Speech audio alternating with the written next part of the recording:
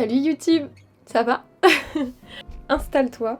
L'émission que je vais te présenter aujourd'hui, j'y pense depuis tellement longtemps. En fait, j'y pensais avant même de m'être lancée sur YouTube. C'est même rien que pour ça en fait que je me suis lancée sur YouTube.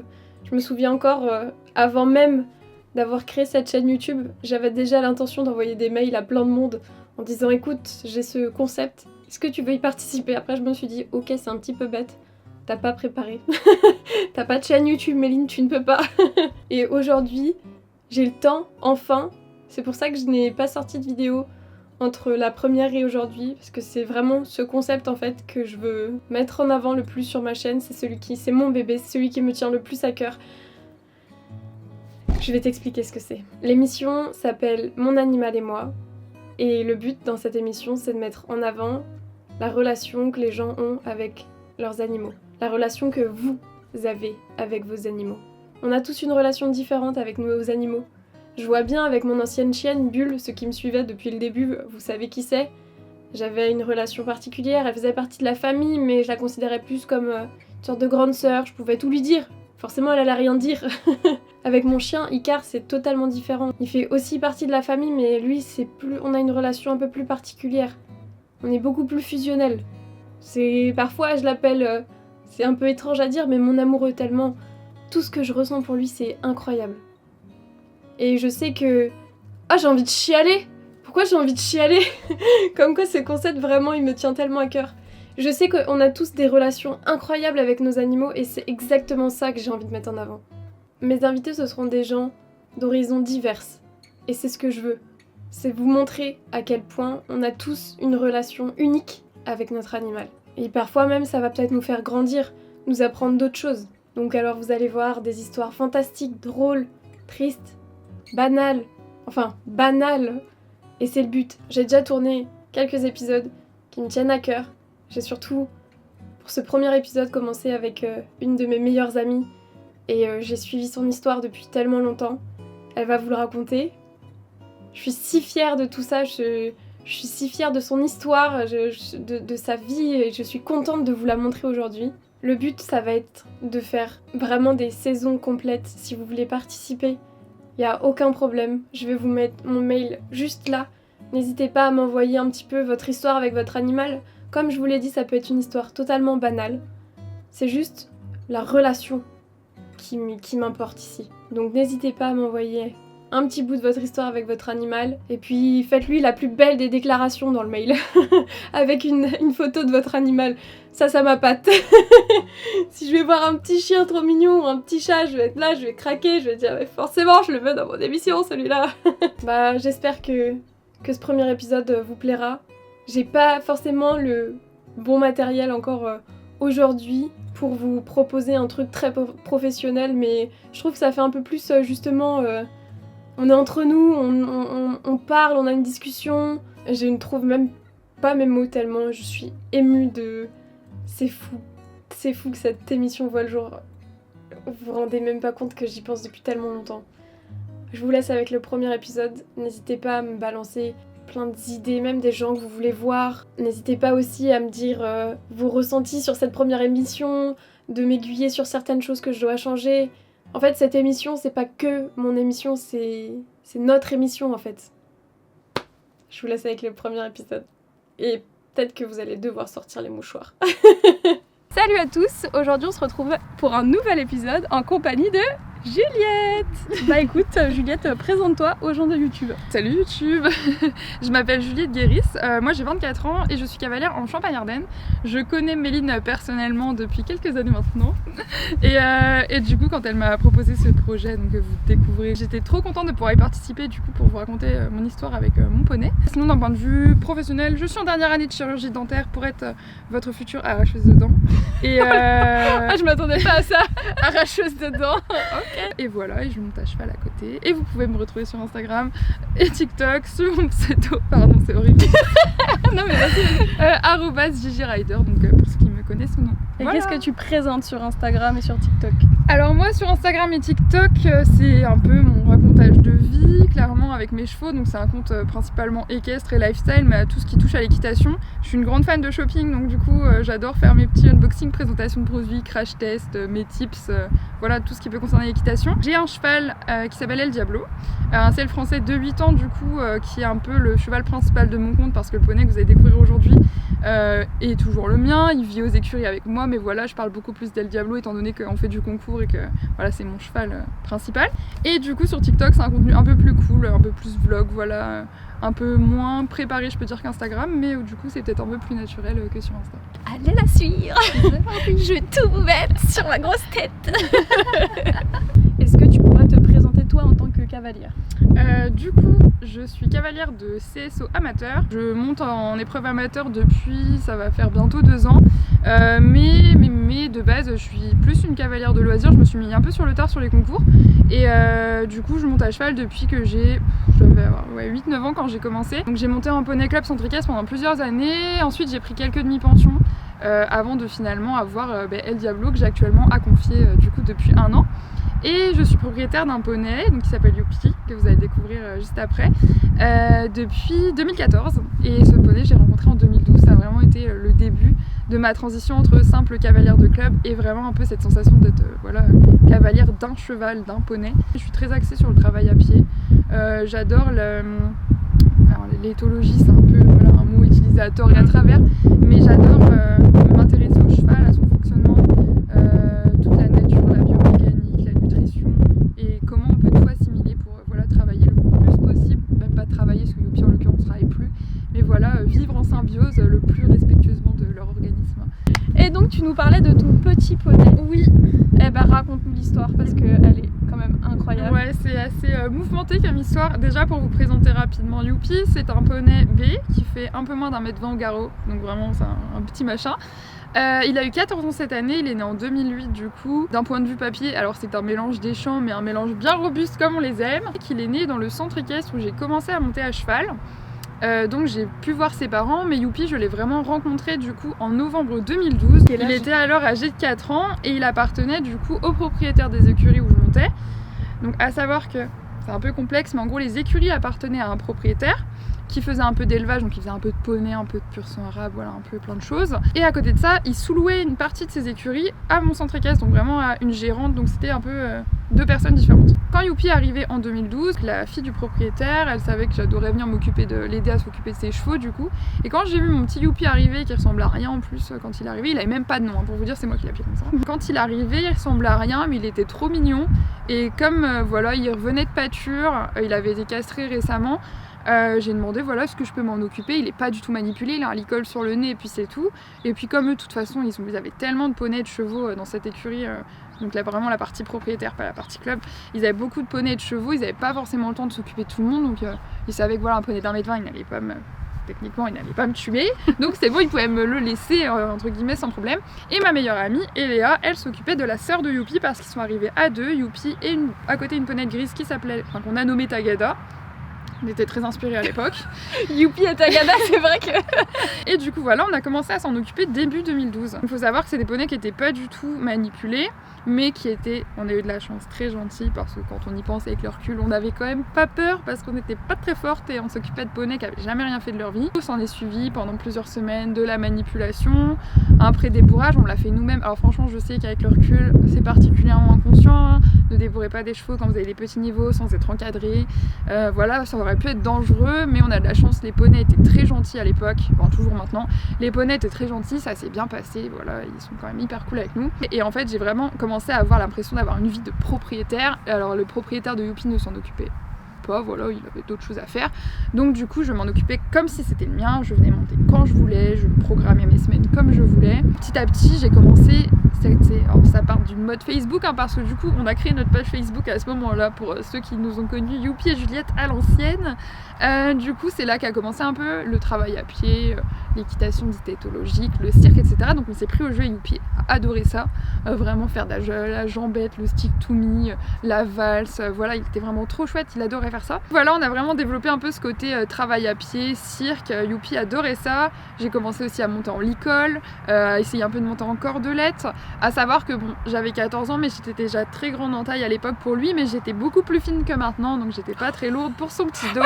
Non mais c'est vrai, non mais parce que je les ai eu les critiques de t'es grande pour ton poney, nanana. Après honnêtement je le montais 2-3 fois par semaine. Il avait 4 ans et demi, 5 ans, de toute façon c'est pas des petits qui allaient le monter pour l'instant, parce que bien qu'il était gentil comme tout, il restait jeune, il avait beaucoup de choses à apprendre.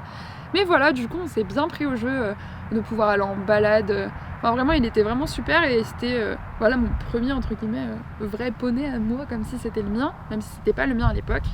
C'était un coup de cœur en fait que t'avais eu pour lui. Oui. Alors c'est marrant parce que dès que je l'ai vu arriver la première fois aux écuries, franchement, Méline va sans doute vous ressortir des images, mais il ressemblait vraiment à rien. Il avait des pieds, c'était des babouches, il avait les crins qui descendaient jusqu'en bas des épaules, il était sale, il avait des dreadlocks à la place des crins. Vraiment, il ressemblait à rien, mais il avait cette tête de bébé poney trop mignonne et il était trop chou. Et voilà, ça a été un peu comme une évidence. Il était plus souvent jaune qu'autre chose. Oui, il a toujours été crade, hein, parce que pour voilà, il n'a que la tête de marron, le reste de son corps est blanc comme neige, presque. Et voilà, donc du coup, comment s'est rythmée cette première année à ses côtés, qui était vraiment magique. C'était vraiment que du bonheur. Et puis après, jusqu'à ce fatidique jour, alors j'ai plus le jour exact, c'était début octobre 2013 du coup. Donc il faut savoir que Youpi appartenait donc au propriétaire des écuries, qui avait plein de chevaux. Donc voilà, c'est des chevaux lui qui faisait naître pour les vendre. Mais je ne m'attendais pas à ce que du jour au lendemain Youpi soit vendu sans que je sois même avertie de son départ. Vous vous doutez, quand on a 14 ans et que du jour au lendemain vous revenez aux écuries et il n'y a plus de poney dans le box, ça fait particulièrement mal. Donc il a été vendu avec son père, donc Apollon. Ils ont été vendus tous les deux, on va parler chiffres, hein, pas de tabou, on s'en fout de toute façon. Non, on s'en fout. Pour la modique somme de 500 € pour les deux poneys, en sachant que les deux n'avaient pas de papier, n'étaient pas en règle, n'étaient pas pucés, pas vaccinés, pas vermifugés, rien vraiment. C'était voilà. Au moins ils avaient vu le maréchal, ils étaient bien dans leurs pieds, Dieu soit loué. Mais voilà, ils étaient à jour de rien du tout. Mais ils ont été un peu vendus, voilà, à la première personne venue. Et tu sais pourquoi ils ont été vendus ? Il y a une dame qui, alors je ne sais pas, non, il n'y avait pas eu d'annonce sur le Bon Coin pour eux à l'époque, mais elle a dû savoir qu'il y avait des poneys à vendre, parce que là, franchement, il y a des tonnes de chevaux, ça se vendait un peu toutes les semaines, c'était un peu voilà, du commerce de chevaux de pâture, de loisirs, ça partait un peu tout le temps, qui a dû contacter du coup le propriétaire. Et le propriétaire, en disant qu'elle cherchait des poneys, le propriétaire a dû dire bah oui, j'en ai 2-3, parce qu'il n'y avait pas que Youpi, il y en avait d'autres, j'en ai 2-3 à vous proposer, venez. Elle est venue de la Haute-Saône un dimanche avec son vent à une place et demie, et elle est repartie avec les 2 poneys dedans, dont un entier, hein. Sinon c'est pas drôle. Voilà, ça va qu'ils sont gentils. Elle a que le dans le truc. Voilà, non mais je vous ai même pas imaginé en quinconce, je sais pas comment ils étaient dans le vent du coup.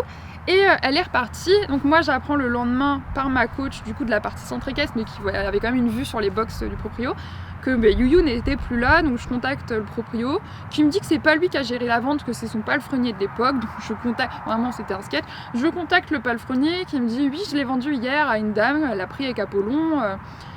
Tout ce que je sais pas où est-ce qu'il est parti, c'est une dame qui a une dizaine de chevaux dans une ferme à 400 km d'ici, débrouille-toi avec ça Juliette pour le retrouver. Voilà. C'est là que ma page Facebook a été vraiment la meilleure idée que j'ai eue à l'époque. J'ai lancé un avis de recherche sur ma page Facebook en décrivant le poney, à peu près le kilométrage autour de notre lieu de base où il pouvait se trouver.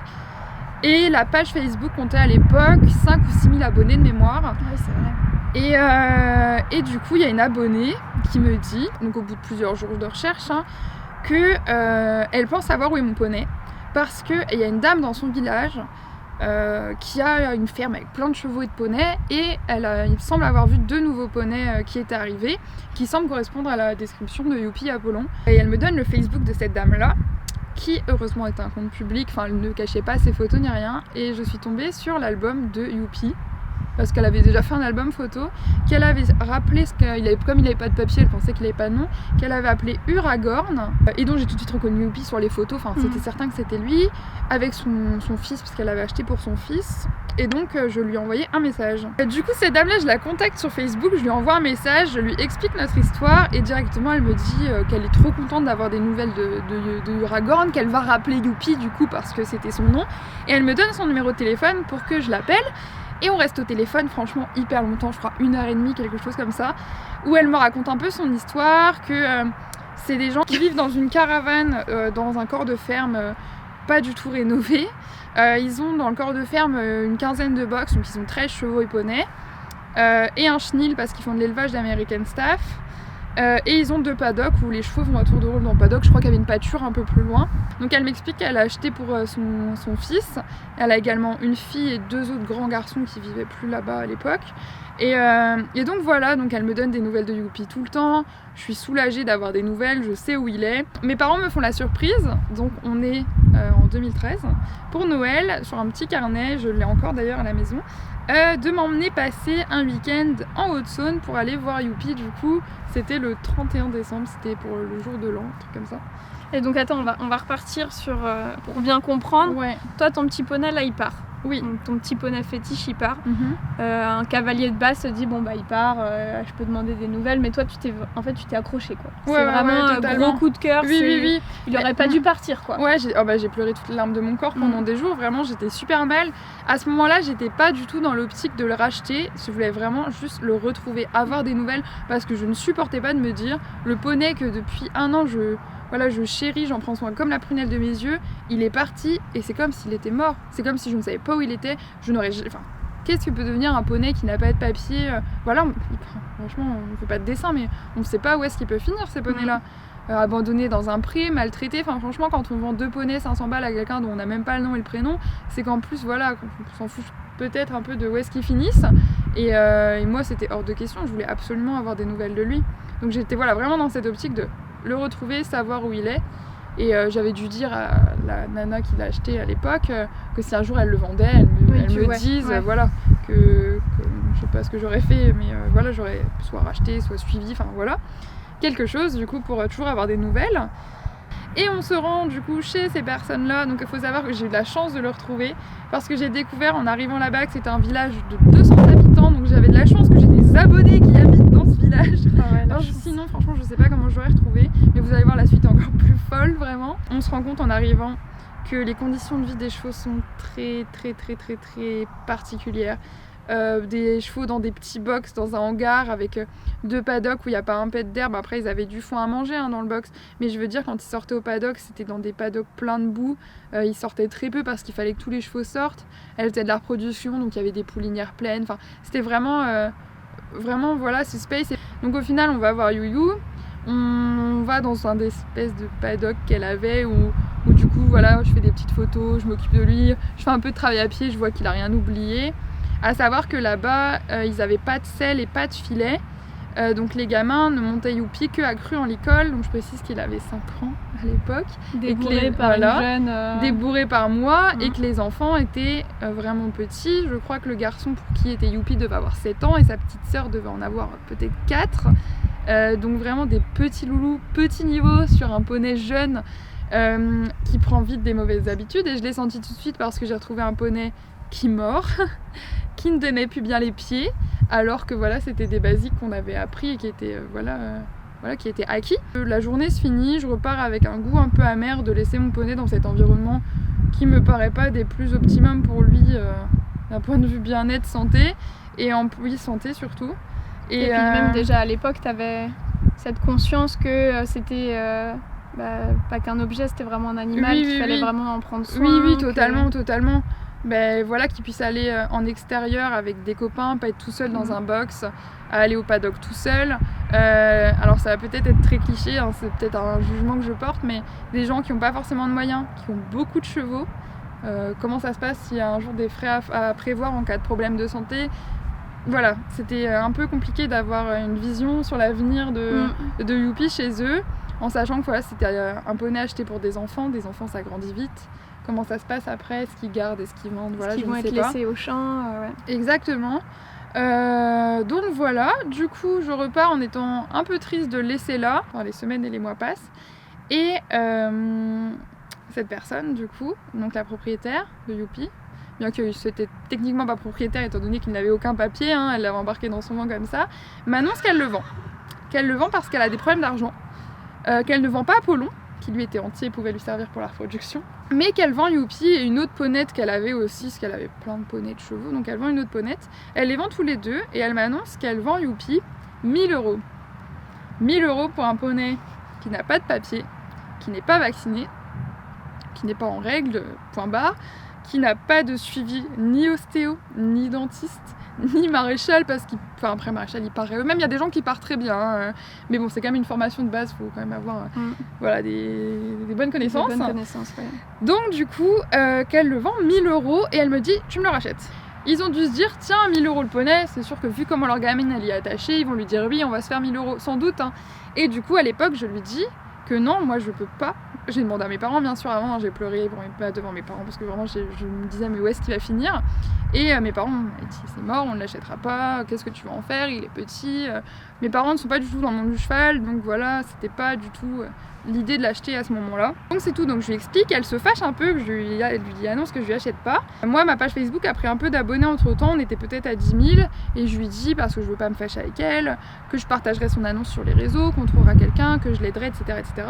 Donc c'est tout, ça s'arrête là. Elle poste une annonce dans laquelle, du coup, elle annonce poney en fait, c'est une annonce très mensongère en disant qu'il avait un suivi maréchal, machin truc, c'était totalement faux. Que c'était un poney qu'elle a mis débourré par mes soins à la maison, travaillé en cirque, je lui ai appris tel tour, tel tour, tel tour. Et en fait, en soi, sur le coup, ça a piqué mon ego de gamine de 15 ans qui se disait pourquoi elle s'approprie, entre guillemets, tout le travail, si on peut appeler ça comme ça à l'époque, tout le travail que j'avais fait sur le poney en sachant que c'est moi qui lui avais appris tout ça. Elle le vendait comme un poney prêt à être monté par des enfants en club alors que pas du tout à l'époque, il avait besoin d'être remis en route. Et du coup moi vraiment, ça me pique et je lui dis mais pourquoi tu lui racontes ça, c'est pas moi. Et elle commence à s'emporter avec moi, à être vulgaire avec moi, à me dire que je suis qu'une gamine pourri gâtée, que je suis née qu'une cuillère en or dans la bouche, que j'ai pas conscience. Et en fait elle m'a bloquée des réseaux sociaux et elle a continué de poster des annonces, sauf qu'en fait mes abonnés ont pris ma défense parce que du coup ils voyaient son nom, en plus elle commentait souvent mes posts et tout, ils ont pris ma défense et ils ont commencé à aller sous ces annonces parce qu'elle publiait des annonces sur les différents groupes Facebook et mes abonnés ont commencé à aller en commentaire un peu la pourrir, à dire mais vous êtes une menteuse, c'est Juliette qui a tout fait, nanana. Et sauf que c'est parti vraiment loin. Elle a commencé à faire des posts sur moi en me menaçant. Salut Pilou. Bonjour. En menaçant la santé de Youpi en disant qu'elle allait le mettre à l'abattoir, que je ne pourrais avoir que sa mort sur la conscience, que mes abonnés auront également sa mort sur la conscience. Cette histoire c'est parti trop loin. C'est parti vraiment trop loin, mais ça allait avec le personnage. De toute façon, c'était vraiment quelqu'un de très particulier. À un moment, je ne savais pas s'il était déjà vendu, s'il était parti, si elle ne le vendait plus, je ne savais pas. J'étais bloquée et j'étais un peu dans le flou. Puis elle mentait sur les posts, donc on savait vraiment un peu des fausses pistes. Souviens, ouais. Et du coup, j'ai quelques abonnés qui sont allés la voir, qui sont allés lui parler en disant nous on n'aime pas Juliette, elle est comme ci, elle est comme ça, en sachant qu'après elle m'envoyait tous les screens des conversations, donc c'était du mytho. Et cette personne, donc la propriétaire de You, elle est tombée, l'ancienne proprio, du coup elle est tombée mais dans le panneau, mais net, alors vraiment un sketch, mais du coup elle s'est confiée sur plein de choses. Elle a très mal parlé de mes parents à ces personnes-là en disant oui, ses parents ils ont débarqué comme ci, ils étaient habillés comme ça, vraiment atroce. Mais l'avantage c'est que j'avais un peu des espions infiltrés qui pouvaient me donner des infos. Et c'est comme ça que j'ai su, grâce à ces abonnés-là, que à un moment c'est bon, il avait vendu. Voilà, je savais qu'il n'était plus chez elle, que l'autre ponette était partie également, et j'avais pas plus d'infos que ça. Donc là, de nouveau dans le flou, où est-ce qu'il est? J'avais dû relancer un avis de recherche à ce moment-là sur ma page Facebook. Voilà, c'était encore plus flou qu'avant, je pouvais pas du tout avoir d'infos autres. Et c'est là que que j'ai eu l'idée de recontacter l'abonné qui me l'avait retrouvé la première fois, qui habitait dans le village du coup de cette personne, pour savoir si elle avait des infos. Donc on échange quelques messages et elle me dit qu'elle va se renseigner. Et donc c'est là qu'elle m'apprend qu'il y a un jour dans la semaine où il y a un marchand de chevaux, vraiment un marchand, un pro, qui est venu chercher les deux poneys dans son vent et qui est parti avec. Moi, qu'est-ce que je fais? Je prends l'annuaire d'internet à l'époque, c'est plus l'annuaire papier là.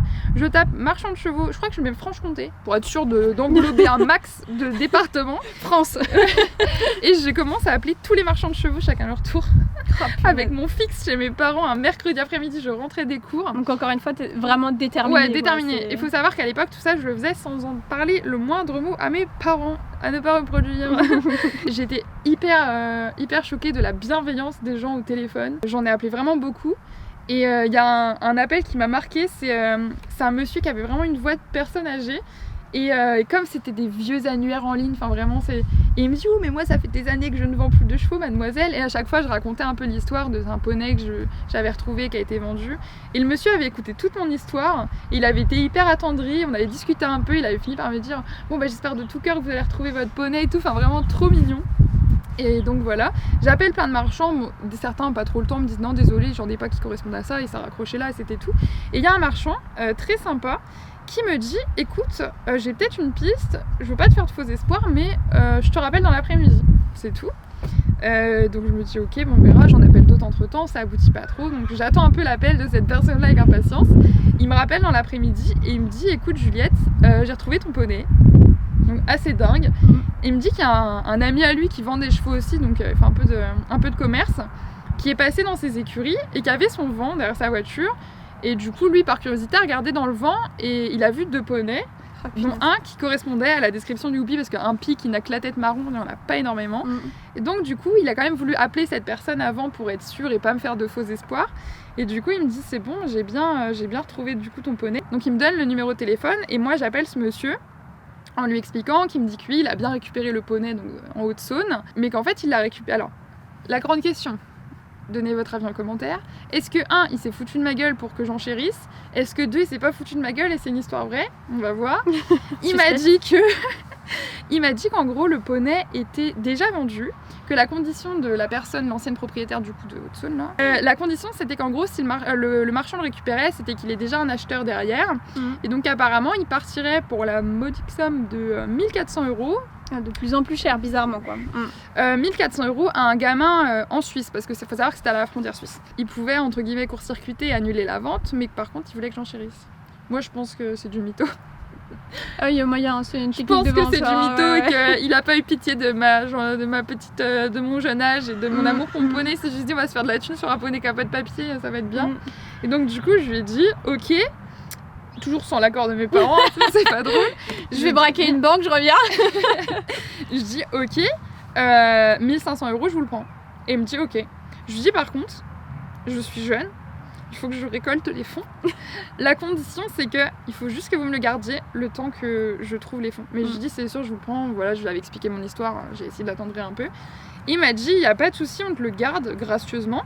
La seule condition, c'est que nous, on a un poney club Centre-Équestre dans notre écurie, c'est qu'on l'utilise pour le club. En gros, je le remets entre guillemets au père. Moi, je leur ai dit, il n'y a pas de souci. Au contraire, s'il pouvait le remettre en route, étant donné qu'il n'avait rien foutu pendant des mois dans son espèce de truc là, ça m'arrangeait aussi. Comme ça, voilà, il travaillait. Et donc, c'est tout. Donc, on était en mars.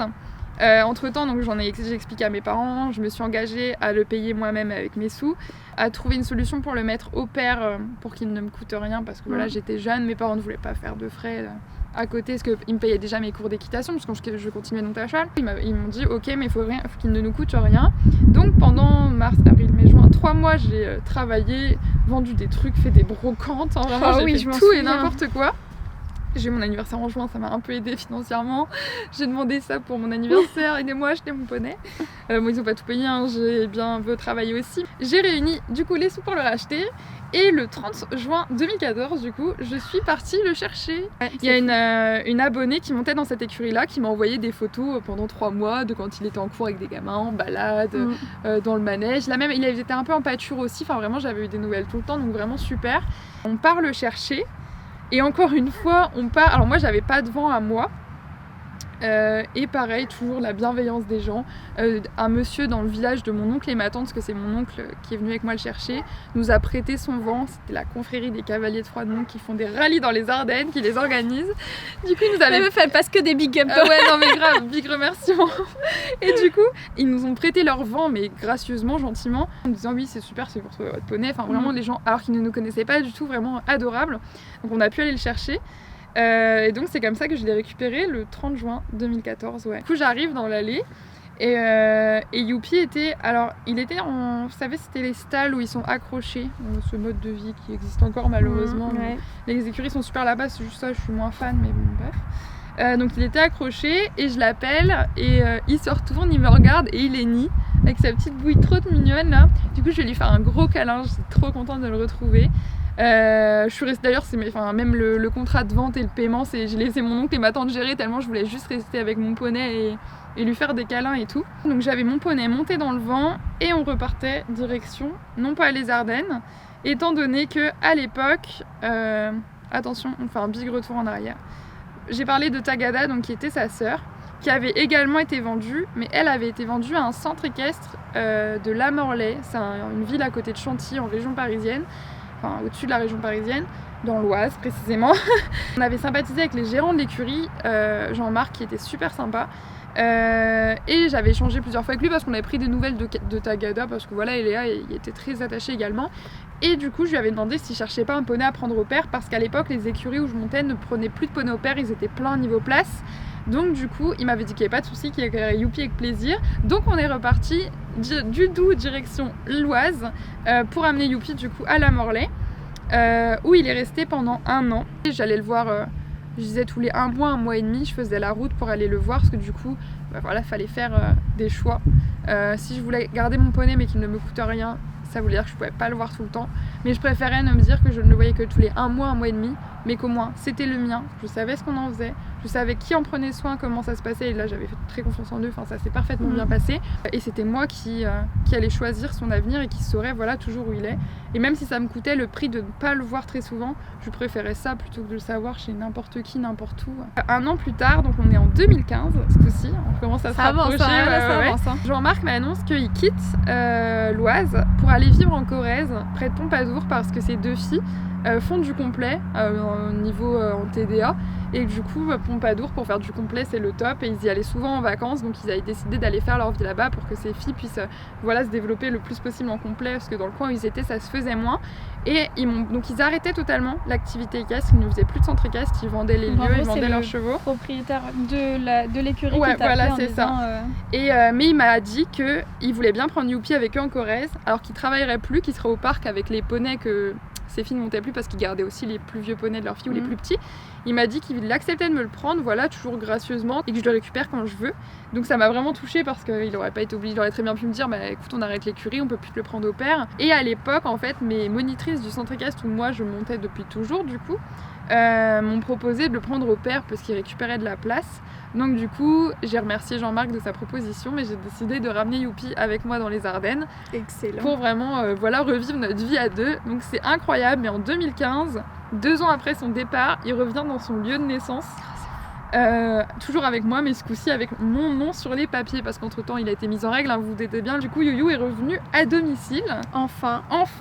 Après tant d'années. Et du coup, il a été mis au pair forcément dans mes écuries, mais dans les écuries où je monte, et où pour le coup, maintenant que j'étais plus vieille, je passais mes journées complètes le soir après les cours, je négociais pour y aller avec ma grand-mère, enfin vraiment, j'y passais ma vie.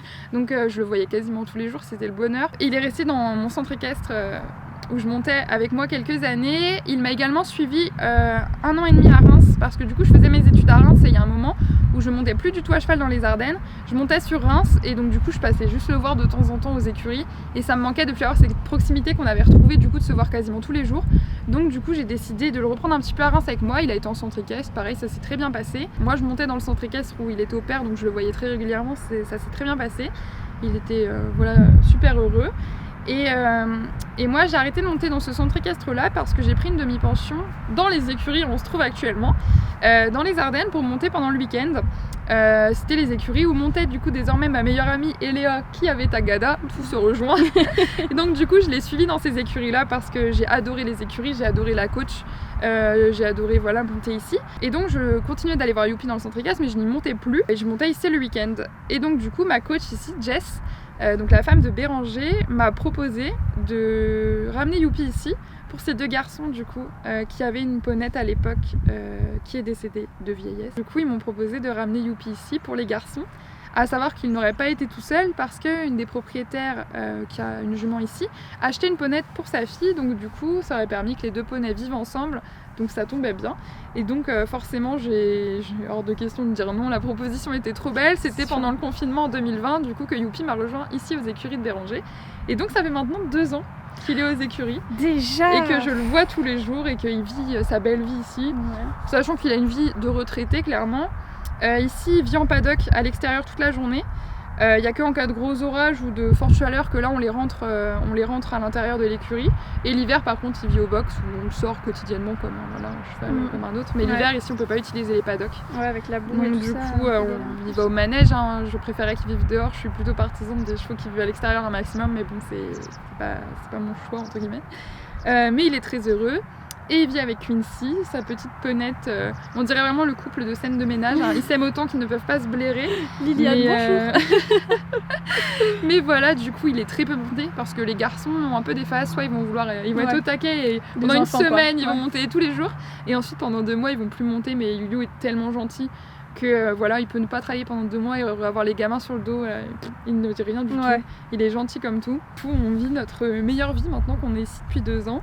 J'ai mes 2 chevaux réunis au même endroit, donc l'histoire se termine quand même pas mal. Ouais, l'histoire se termine plus que bien. Est-ce qu'à un moment donné, t'avais pas envie d'abandonner quoi? Eh ben étrangement non. Ouais, moi de ce que je me souviens, t'étais motivée quoi. J'étais tellement une tête de mule. Oh, je te jure. Mais là, mes parents le disent tout le temps, quand t'as une idée dans la tête, vraiment, tu t'en démords pas. Ah ouais, c'est clair. Et du coup, j'ai vraiment mué ciel et terre et j'ai fait chier tout le monde, clairement c'est le mot, jusqu'à ce que je puisse récupérer mon poney. Et du coup, tu dis que tu t'es débrouillée pour le payer. Est-ce qu'on t'a aidé, étant donné que t'avais les réseaux sociaux à cette époque-là? Alors ouais, on m'a un petit peu aidée parce que y a beaucoup de gens qui m'avaient suggéré d'ouvrir une cagnotte Litchi à l'époque. J'étais assez partagée sur l'idée parce qu'on connaît les réseaux sociaux et les critiques qui peuvent aller avec. Et quand on a 14-15 ans, on n'a pas forcément la carapace pour encaisser toutes ces critiques-là. Donc j'avais ouvert une cagnotte Litchi où j'avais dû avoir une centaine d'euros dessus et je l'avais fermée ensuite parce que forcément j'avais reçu un peu une vague de haine à base de comment tu vas assumer ton poney financièrement derrière si t'es déjà pas capable de l'acheter. La question étant que c'était pas ça le problème, étant donné que l'acheter je voulais le faire à mes frais parce que c'était ma volonté, je voulais pas l'imposer à mes parents. Je le mettais au père, mais que mes parents ont la situation financière qui fait que si Youpi avait le moindre problème de santé, je touche du bois, il n'en a jamais eu, on l'aurait pas laissé mourir. Mes parents m'auraient aidé, bien sûr que oui. Mais je pense qu'ils ont voulu me responsabiliser à travers le fait de me laisser à moi le devoir de trouver l'argent pour pouvoir l'acheter. Et tant mieux que tu comprennes que tu l'achètes, c'est à toi. Exactement. Et je les remercie pour ça parce que ça n'a pas été un caprice, quoi. Ça a vraiment été du travail et de la volonté. Et j'aurais pu abandonner si vraiment en 3 mois à chercher moyens de trouver de l'argent, j'ai eu l'occasion de le faire, mais je l'ai jamais fait. Donc du coup j'ai eu cette cagnotte ouverte et j'ai également eu à l'époque, alors je sais pas si vous vous souvenez de ça, pendant un temps c'était une horreur, c'était les concours de photos d'animaux, c'était sur un site internet. Ah oui putain. Il y avait concours chien, concours chat et concours NAC avec les autres animaux, les nouveaux animaux de compagnie, et du coup on pouvait mettre les chevaux dedans. Et du coup je l'avais fait avec Youpi et j'avais harcelé tout le monde à base de coucou, tu peux voter pour moi, toutes les 15 minutes tu peux remettre un vote. Oui, je me souviens. Si tu payes tu peux mettre 50. Et franchement c'était une horreur. Je pense que si j'avais pas eu les moyens d'entretenir mon poney. Tu l'as peut-être sauvé aussi à un moment donné. En plus on sait pas comment ça aurait pu se passer. Et puis maintenant j'ai même pas eu à prouver, naturellement les gens ont vu que j'aurais jamais laissé mon poney dépérir s'il y avait eu le moindre problème. Et voilà, du coup, donc oui, j'ai été un petit peu aidée par les abonnés, mais même au-delà de l'aide financière, si on peut parler de ça, c'est l'aide morale que les abonnés ont été pour moi. Et puis, les avis de recherche ont été partagés des milliers de fois. Ça a été partagé au Canada, au Maroc. J'avais parti aussi loin que ça. On sait jamais. C'était complètement dingue. C'était une grosse histoire quand même à l'époque. Ouais, sacrée histoire. À chaque fois que je raconte, les gens ils ahurissent. Ma grand-mère dit que je devrais faire un livre. C'est clair. Alors, comment j'ai rencontré Youpi? Ah ouais, non, vraiment. L'histoire de Youpi. Et donc, est-ce que tu as un dernier mot pour la fin à dire aux abonnés? Merci. Parce que là, c'est le moment où je pleure. Alors, je vais sortir ma petite liste. Merci, non, mais vraiment, parce que sans les abonnés, ça aurait pas été possible de vivre cette histoire.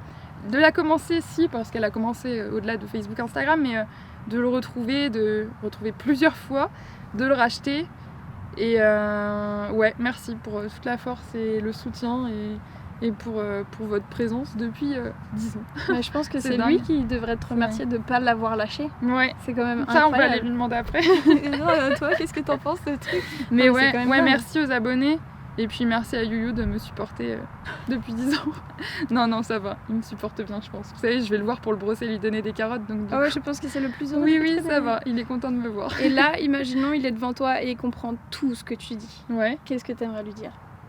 tu vas me faire pleurer vraiment. Fais but. Je vais vraiment pleurer. Qu'est-ce que tu veux lui dire? Attends, je réfléchis. Oh, Florent, attends. Attends, c'était quoi ta question? C'est imagine, il est devant toi et il comprend tout. Qu'est-ce que tu veux lui dire? Bah que je l'aime Oh, c'est trop mignon, super. et que c'est pour toujours parce que je lui ai promis. Oh, tu vas me faire chialer, c'est trop triste. Désolée. C'est trop mignon de dire ça. Et que même si on m'a toujours dit pourquoi t'as acheté un truc comme ça, t'en feras jamais rien, il est petit et tout. Bah c'est mon poney, ça s'explique pas et moi je l'ai pas acheté pour le monter ou pour le travailler, je l'ai acheté pour être sûr qu'il soit heureux et en bonne santé. En bonne santé, c'est pas forcément moi qui décide, mais avoir les bons soins toute sa vie, jusqu'à la fin. Non, t'es trop mignon. Je pense qu'on peut s'arrêter là. Oui. On va aller le voir maintenant.